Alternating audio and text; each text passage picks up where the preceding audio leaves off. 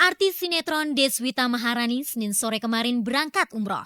Deswita berangkat ditemani oleh ibunya setelah keinginannya ke Tanah Suci sempat tertunda beberapa bulan. Rencananya itu awal April, terus udah gitu diundur jadi awal Mei gitu, tanggal 2 harusnya. Tapi diundur lagi jadi tanggal 16 karena kita berangkat kan sama rombongan.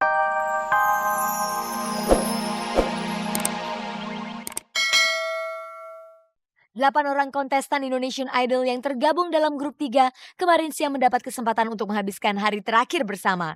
Karena pada malam ini jumlah mereka akan dipangkas menjadi setengahnya. Kegiatan yang dilakukan kemarin adalah menonton film di MPX Pasaraya Grande dan bermain biliar.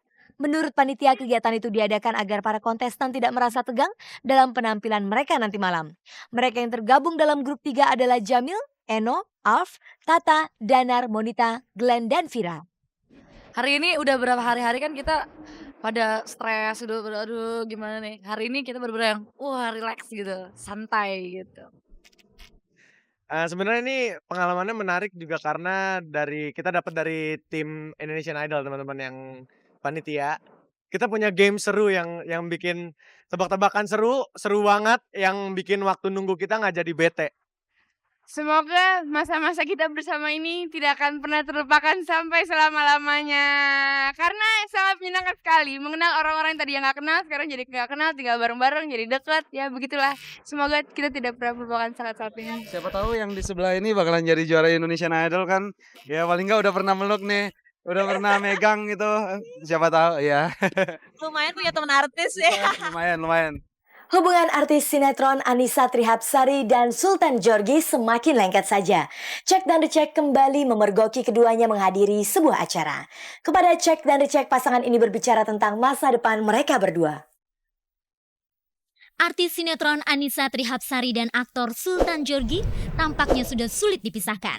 Jumat 13 Mei 2005, keduanya dipergoki Cek dan Dicek menghadiri acara di sebuah klub malam di kawasan Senayan, Jakarta, walau keduanya mengaku pertemuan Jumat malam itu hanya kebetulan. Kesempatan kayak gini Jarang. sebetulnya hubungan Meskipun sudah terlihat jalan bersama, baik Annisa maupun Sultan masih belum mau terbuka soal hubungan mereka. Bahkan ketika disinggung rencana mereka berdua ke depan, Annisa terkesan kurang nyaman. Nggak perlu orang tahu. Iyalah nggak perlu ya. Ya Masyarakat ini aja nggak perlu diumbar-umbar. Ya jodoh kan di tangan Allah. Terserah kalian mau bicara apa, mau menganggap seperti apa gitu. Karena percuma gitu loh, kita yang sok deny atau apa. Orang nggak bakal mengerti kita, orang nggak bakal mau mengerti kita kalau belum kenal kita. Jadi susah, mau ngomong apa juga pasti akan salah. Ya syukur-syukur masih ada yang mau mengerti. Sampai sejauh ini baik Annisa maupun Sultan Djorghi tidak pernah secara tegas menjelaskan apakah hubungan mereka akan meningkat ke jenjang perkawinan atau tidak. Begitu pula ketika Cek dan Recek mewawancarainya Jumat malam lalu. Ya setiap manusia yang hidup pasti pengen menikah ya. Mau perempuan, mau laki, mau siapapun pasti inginnya menikah.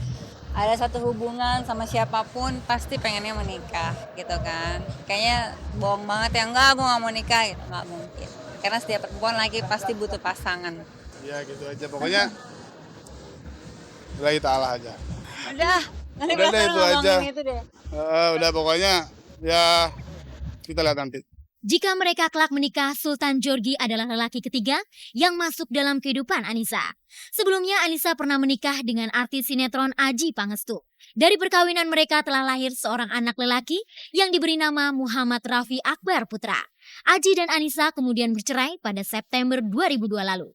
Sebelum dengan Adjie Pangestu, Annisa juga telah mempunyai seorang anak dari Ari Sigit. Anak itu kabarnya kini dirawat oleh Mbak Tutut, tante dari Ari Sigit. Hubungan Annisa dan Sultan Djorghi mulai mengental sejak keduanya bermain bersama dalam sinetron Love in Bombay. Artis sinetron Deswita Maharani berangkat umroh ke Tanah Suci. Beberapa jam kemudian Taufik Hidayat tiba di tanah air bersama rombongan tim bulu tangkis Indonesia. Benarkah kepergian Deswita sengaja untuk menghindari pertemuan dengan Taufik yang digosipkan punya hubungan dengan wanita lain?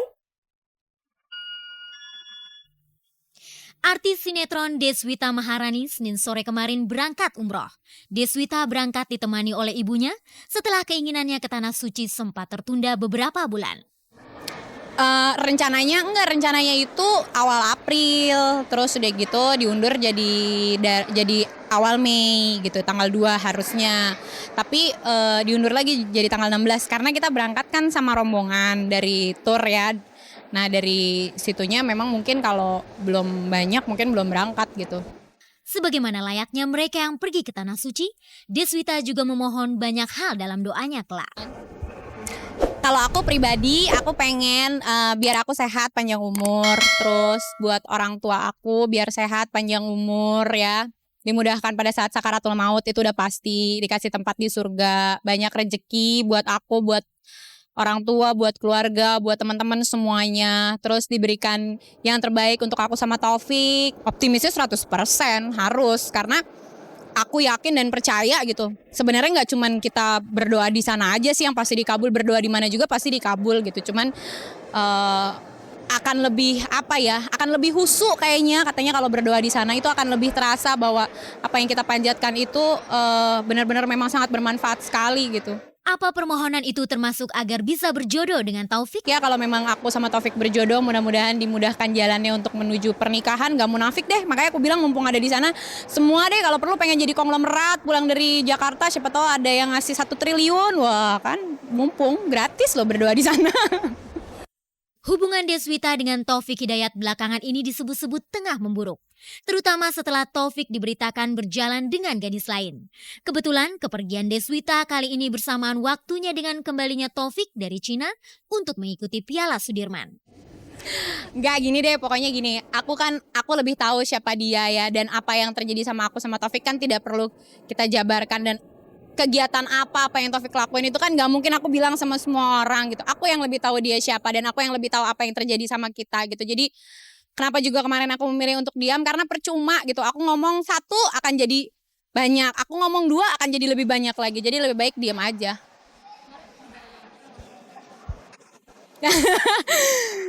Iya, dia masih di Cina. Jadi gini, harusnya memang kita kan berangkatnya awal April kemarin. Awal April itu Taufik tuh nggak ada pertandingan, tapi kan itu aku bilang mungkin memang belum rezekinya kita berangkat bareng. Aku juga ditunda-tunda gitu. Mudah-mudahan ya aku mau minta juga di sana, mudah-mudahan bisa balik lagi ke sana haji besar. Mana tahu kalau memang berjodoh sama Taufik pengen balik lagi sama dia gitu, karena dia juga pengen banget. Dia juga udah 3 tahun yang lalu kepengen banget gitu, makanya kita juga kenapa aku sampai tertunda hampir 3 tahun tuh karena itu gitu, mencari momen supaya bisa bareng. Banyak yang salah sangka dengan Andin. Banyak yang menganggap diva muda ini masih ABG alias anak baru gede. Padahal Andin kini sudah kuliah dan bisa mencipta lagu sendiri. Walaupun ia mengaku masih suka di panggung. Wajahnya imut-imut dan berperawakan kecil. Karena itulah orang seringkali salah sangka dengan Andin. Padahal saat ini Andin bukan remaja lagi. Salah satu diva muda Indonesia ini bahkan tidak setuju kalau ada yang menganggapnya sebagai anak baru gede alias ABG. Apalagi jika yang menyebutnya ABG anak-anak seusianya. Tergantung sih, biasanya kalau orang yang udah ternyata 50 berapa tahun aku dibilang ABG aku terima, karena untuk umurnya dia aku pasti masih ABG gitu. Kecuali kalau misalnya ada yang umur 23 terus aku tiba-tiba dibilang ABG, gila umur gue tuh gak jauh beda dari lo gitu. aku tahun ini 20. Andin saat ini memang sudah jauh berbeda dengan sosok Andin yang dulu. Di awal kemunculannya, Andin dikenal sebagai penyanyi belia yang sangat berbakat. Gadis kelahiran 25 Agustus 1985 ini antara lain sempat 3 kali menjuarai Asia Bagus Weekly di tahun 1999. Benarkah Andin telah berubah? Banyak banget perubahan yang terjadi dalam hidup aku gitu. Nggak cuma dari cara berpakaian atau penampilan fisik yang kemudian model rambutnya gimana atau cara bermakeup, enggak gitu, tapi dari pembawaan aku sehari-hari yang dulu aku lebih annoying banget orangnya, bisa yang mondar-mandir gitu. Sekarang jauh lebih terreduce daripada dulu. Secara sadar maupun tidak sadar aku merasa emang aku harus berubah gitu, dan dukungan dari orang-orang yang ada di sekitar aku itu menuntut aku untuk berubah banget gitu. Mereka selalu mengingatkan aku kalau Andin kamu tuh udah gede gitu, jangan kayak gitu dong gitu ya. Perkembangan lain yang menarik dari mahasiswa semester 4 Fakultas Ilmu Sosial dan Ilmu Politik Universitas Indonesia ini, dia tidak lagi sekedar menyanyikan lagu-lagu ciptaan orang lain.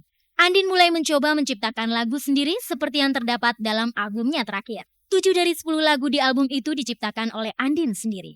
Dari kecil aku udah suka menulis apapun itu, apapun jenis tulisannya. Tetapi untuk menulis lirik lagu baru kali ini. Ya selain nyanyinya lebih menghayati, terus